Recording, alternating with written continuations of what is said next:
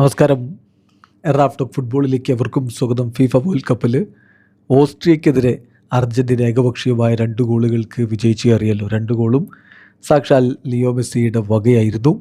ഈ മത്സരത്തിൽ അർജൻറ്റീന താരങ്ങളുടെ പ്രകടനം എങ്ങനെയുണ്ട്, ഓരോ താരങ്ങളെക്കുറിച്ച് നമ്മളൊന്ന് വിശദമായിട്ട് പരിശോധിക്കുകയാണ്. അർജൻറ്റീൻ മാധ്യമം TYC സ്പോർട്സിൻ്റെ വിശകലനമാണ്. എണസ്റ്റോ പ്രൊവിറ്റിയോ അവിടുത്തെ ലേഖകനാണ്. അദ്ദേഹം വിശദമായിട്ട് കാര്യങ്ങൾ വിശകലനം ചെയ്യുന്നു. ഓരോ താരങ്ങൾക്കും അവർ കൊടുക്കുന്ന മാർക്കും നമ്മളൊന്ന് പരിശോധിക്കുകയാണ്. എമിലിയാനോ മാർട്ടിനസിൻ്റെ കാര്യത്തിൽ അദ്ദേഹത്തിന് അത്രയധികം പണി ഉണ്ടായിരുന്നില്ല. എന്നാലും പണി വന്ന സമയത്തൊക്കെ അദ്ദേഹം കൃത്യമായിട്ട് കാര്യങ്ങൾ ചെയ്തിട്ടുണ്ട്. എന്തായാലും ഒരു സേവ് വളരെ നമുക്ക് എടുത്തു പറയാവുന്ന ഒരു സേവ് ഉണ്ട്. ഏതായാലും നല്ല രൂപത്തിലുള്ളൊരു പെർഫോമൻസ് തന്നെയാണ് അദ്ദേഹത്തിൻ്റെ ഭാഗത്ത് വന്നുള്ളത്. ഒരുപാട് അദ്ദേഹത്തിന് നേരേക്ക് ഒരുപാട് ഷോട്ടുകൾ വരികയും ഒരുപാട് സേവുകൾ നടത്തുകയും ചെയ്തു എന്നല്ല പറയുന്നത്. എന്നാൽ പോലും ചില ഘട്ടങ്ങളിൽ അദ്ദേഹത്തിൻ്റെ ആ ഒരു സാന്നിധ്യം തന്നെ ടീമിന് ഗുണകരമാകുന്നതാണ് നമ്മൾ കാണുന്നത്. അദ്ദേഹത്തിന് 10ൽ 6 മാർക്കാണ് അദ്ദേഹത്തിന് കൊടുക്കുന്നത്. ദെൻ നാഹുൽ മോളിന ഗോൺസാലോ മൊണ്ടേലിന് പരിക്കായതുകൊണ്ട് അദ്ദേഹം സ്റ്റാർട്ട് ചെയ്യുന്നില്ല എന്നുള്ള കാര്യം നേരത്തെ ഉറപ്പായിരുന്നു. സോ നാഹുൽ മൊളീന ആണ് വലതുപാർശ്വത്തിൽ കളിച്ചത്. അദ്ദേഹത്തിൻ്റെ ബോൾ ഡിസ്ട്രിബ്യൂഷൻ അത്രത്തോളം മികച്ചതായിരുന്നോ എന്ന കാര്യത്തിൽ സംശയമുണ്ട്. അതുപോലെ തന്നെ മുന്നോട്ട് കയറാനും ഒരൽപ്പം ഹെസിറ്റേറ്റ് ആയില്ലേ എന്നുള്ളതുണ്ട്. ഡിബോളുമായിട്ട് അത്ര മികച്ച രൂപത്തിൽ അദ്ദേഹത്തിന് കണക്ട് ചെയ്യാനും കഴിഞ്ഞിട്ടില്ല എന്നാണ് അർജൻറ്റീൻ എക്സ്പെർട്ട് വിലയിരുത്തുന്നത്. അതേസമയം ഡിഫെൻസീവ് ടാക്കിളുകളിൽ അദ്ദേഹം നല്ല രൂപത്തിൽ കാര്യങ്ങൾ ചെയ്തിട്ടുണ്ട്. പിന്നെ ഇൻ്റർസെപ്ഷനുകൾ അദ്ദേഹം നല്ല രൂപത്തിൽ ചെയ്തിട്ടുണ്ട്. എന്നാലും റൈറ്റ് സൈഡിൽ ഒരു സ്ലൈറ്റ് വീക്ക്നെസ് അർജൻറ്റീനയ്ക്ക് പറയാനുണ്ടായിരുന്നെങ്കിൽ ഒരു സ്ലൈറ്റ് വീക്ക്നെസ് ഡിഫൻസിൻ്റെ റൈറ്റ് സൈഡാണ് എന്നാണ് അവർ വിലയിരുത്തുന്നത്. ഓവറോൾ അദ്ദേഹം മോശമല്ലാതെ പെർഫോം ചെയ്തിട്ടുണ്ട്. 5 അദ്ദേഹത്തിന് കൊടുത്തിരിക്കുന്ന മാർക്ക് 10ൽ. ക്യൂട്ടി റൊമേറോ തീർച്ചയായിട്ടും അദ്ദേഹം വളരെ ഗുഡ് ഇൻ ദി ഏരിയൽ ബോളുകൾ അദ്ദേഹം മികവ് കാണിക്കുന്നു. അതുപോലെ തന്നെ ഡ്യുവൽസിൽ വളരെ സോളിഡായിട്ട് പെർഫോം ചെയ്യുന്നു. എന്തായാലും മോശമല്ലാത്ത ബോൾ ഡിസ്ട്രിബ്യൂഷൻ അദ്ദേഹം ചെയ്യുന്നുണ്ട്. പക്ഷേ ചെറിയ രൂപത്തിലുള്ള പരിക്കിൻ്റെ പ്രശ്നങ്ങൾ അദ്ദേഹത്തെ അലട്ടി. അപ്പോൾ അദ്ദേഹം ഒരു പരിക്കിൽ നിന്ന് തിരികെ വരുന്നല്ലേ ഉള്ളൂ. ഗ്രാജുവലായിട്ട് അദ്ദേഹം അത് തിരികെ പിടിക്കുന്നുണ്ട്. എനിവേ ചെറിയ അസ്വസ്ഥതകൾ ഉള്ളത് കൊണ്ട് തന്നെ അദ്ദേഹത്തെ നേരത്തെ പിൻവലിക്കേണ്ടിയും വന്നു. അദ്ദേഹത്തിന് 10ൽ 5 മാർക്ക് കൊടുക്കുന്നത്. ലിസാൻഡ്രോ മാർട്ടിനസ് വൺസ് അഗെയിൻ ഡിഫൻസിൽ ശക്തി ദുർഗമായിട്ട് പ്രവർത്തിക്കുന്ന ലിച്ചയെയാണ് നമ്മൾ കണ്ടത്. ഈ ടീമിൻ്റെ ബെസ്റ്റ് ഡിഫൻഡർ അത് ലിസാൻഡ്രോ മാർട്ടിനസ് ആണ്.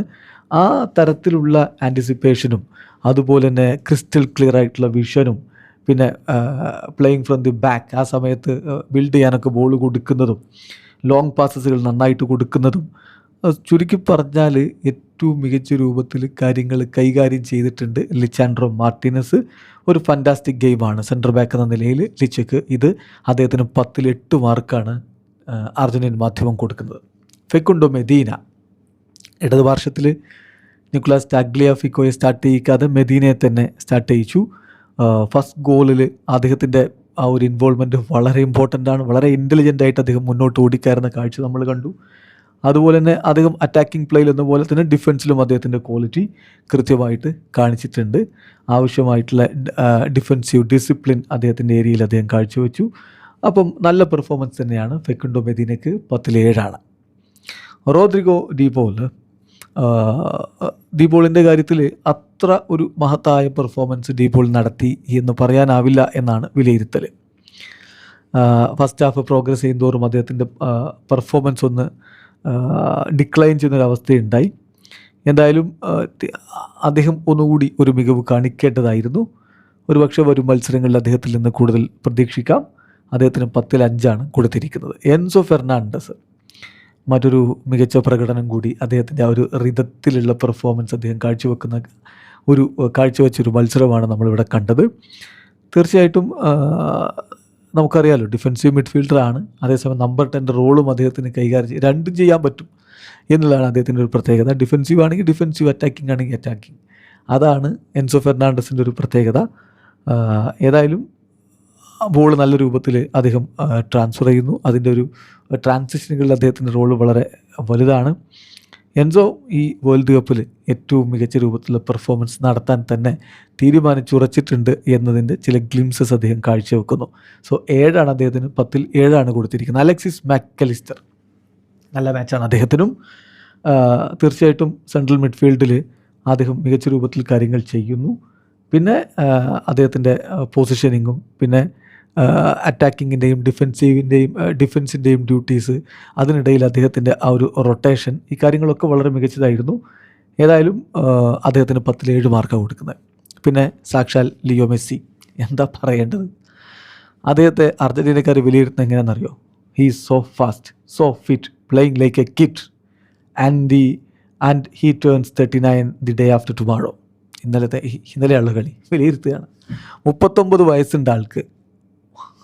സോ ഫാസ്റ്റാണ്, വളരെ സോ ഫിറ്റാണ്. ഒരു കുട്ടിയെ പോലെ ഇപ്പോഴും കളിക്കുന്നു. 39 വയസ്സായിട്ടും ഒരു കുഞ്ഞിനെ പോലെ മികച്ച രൂപത്തിൽ പെർഫോം ചെയ്യുന്നു ലിയോ മെസ്സി. പെനാൽറ്റി മിസ് ചെയ്തു, പക്ഷേ പെനാൽറ്റി മിസ് ചെയ്തെങ്കിൽ അതിൽ നിന്ന് ഊർജ്ജം ഉൾക്കൊണ്ടുകൊണ്ട് വേറെ 2 ഗോളുകൾ അടിക്കുന്നു. ഈ വേൾഡ് കപ്പിൽ ലിയോ മെസ്സി അർജൻറ്റീന അടിച്ച എല്ലാ ഗോളുകളും അദ്ദേഹത്തിൽ നിന്നാണ് വന്നിട്ടുള്ളത് എന്ന കാര്യം കൂടി നോക്കണം. വളരെ മികച്ച രൂപത്തിലുള്ള പെർഫോമൻസ് അദ്ദേഹത്തിൽ നിന്ന് വരുന്നു. എന്ന് പറഞ്ഞാൽ ആ പെനാൽറ്റി മിസ് ചെയ്തു എന്ന് പറയുമ്പോഴും ഒന്നും സംഭവിക്കാത്ത രൂപത്തിൽ അദ്ദേഹം കാര്യങ്ങൾ മുന്നോട്ട് കൊണ്ടുപോകുന്നു. Playing the entire match, winning back possession, starting the play and led to the second goal. അദ്ദേഹം തന്നെ അത് ഫിനിഷ് ചെയ്യുന്നു, സ്കോർ ചെയ്യുന്നു. എന്ന് പറഞ്ഞാൽ 5 ഗോളുകളായി കഴിഞ്ഞു ഈ വേൾഡ് കപ്പിൽ. സോ അർജൻറ്റീനക്കാർ വിലയിരുത്തുന്നത് ഇപ്പോഴും ഒരു കുട്ടിയെപ്പോലെ കളിക്കുന്ന ലിയോ മെസ്സി എന്നാണ്. 10-ൽ 9 മാർക്കാണ് ലയണൽ മെസ്സിക്ക് TYC സ്പോർട്സ് കൊടുക്കുന്നത്. ലൗട്ടറോ മാർട്ടിനസിനെ സംബന്ധിച്ചിടത്തോളം എന്താണ് എന്നതാണ് ആരാധകർക്ക് ഇപ്പോൾ ഒരു സംശയം. സിരിയയിൽ മികച്ച പ്രകടനം നടത്തിയ താരത്തിന് ഇവിടെ ഗോളുകൾ വരുന്നില്ല. അദ്ദേഹം ചില ഫൈനൽ മൊമെൻറ്റുകളിൽ സ്ലഗ്ഗിഷ് ആയിട്ടുള്ള പെർഫോമൻസ് നടത്തുന്നു. നല്ല രൂപത്തിൽ അദ്ദേഹം കാര്യങ്ങൾ ചെയ്തിരുന്നെങ്കിൽ ഒരു പക്ഷേ കൂടുതൽ ഗോളുകളിലേക്ക് അർജൻറ്റീനയ്ക്ക് പോകാൻ പറ്റിയേനെ. ഏതായാലും അദ്ദേഹത്തിന് 10-ൽ 5 മാർക്കാണ് കൊടുക്കുന്നത്.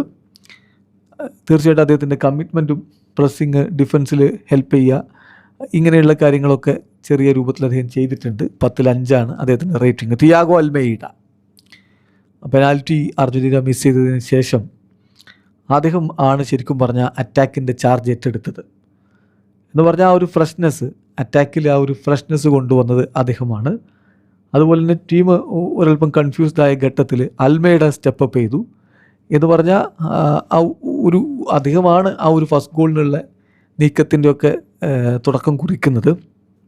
പിന്നെ അതുകൂടാതെ തന്നെ വളരെ മികച്ച രൂപത്തിൽ അദ്ദേഹം കാര്യം ചെയ്തു. എന്ന് പറഞ്ഞാൽ വിത്തൗട്ട് ടച്ചിങ് ദി ബോൾ അദ്ദേഹം ആ ഒരു ഗോളിനുള്ള തൻ്റെ സംഭാവന ചെയ്തിട്ടുണ്ട് എന്നുള്ളതാണ്. അത് പലരും അങ്ങനെ കൗണ്ട് ചെയ്തോളണമെന്നില്ല, ബട്ട് ഇറ്റ് കൗണ്ട്സ്.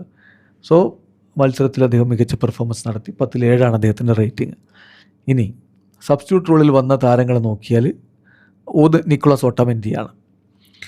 കുട്ടി റൊമേറോയ്ക്ക് പരിക്ക് പറ്റിയപ്പോൾ പകരം ഇറക്കിയതാണ്.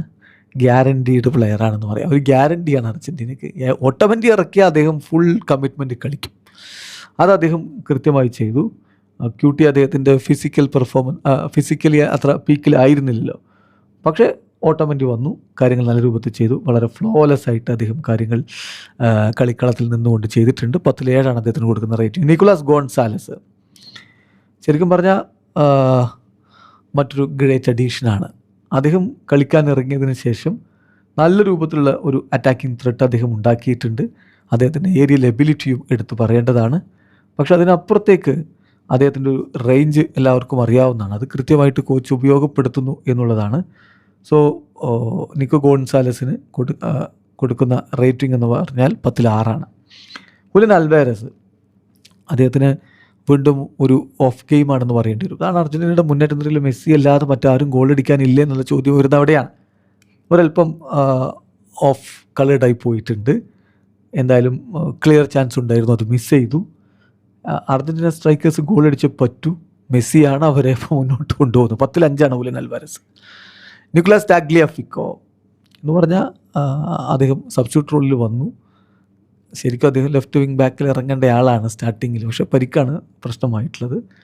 ഏതായാലും അദ്ദേഹത്തെ ഏൽപ്പിച്ച ജോലി നല്ല രൂപത്തിൽ ചെയ്തിട്ടുണ്ട്. പരിക്കിൽ നിന്ന് മുക്തനായി വരുന്നല്ലേ ഉള്ളൂ. 10-ൽ 6 റേറ്റിംഗ്. ലിയാൻഡ്രോ പെരേഡസ് ചില സംശയങ്ങൾ, പരിക്കിൻ്റെ പ്രശ്നങ്ങളൊക്കെ അലട്ടിയിട്ടുള്ള ഒരാളാണ്.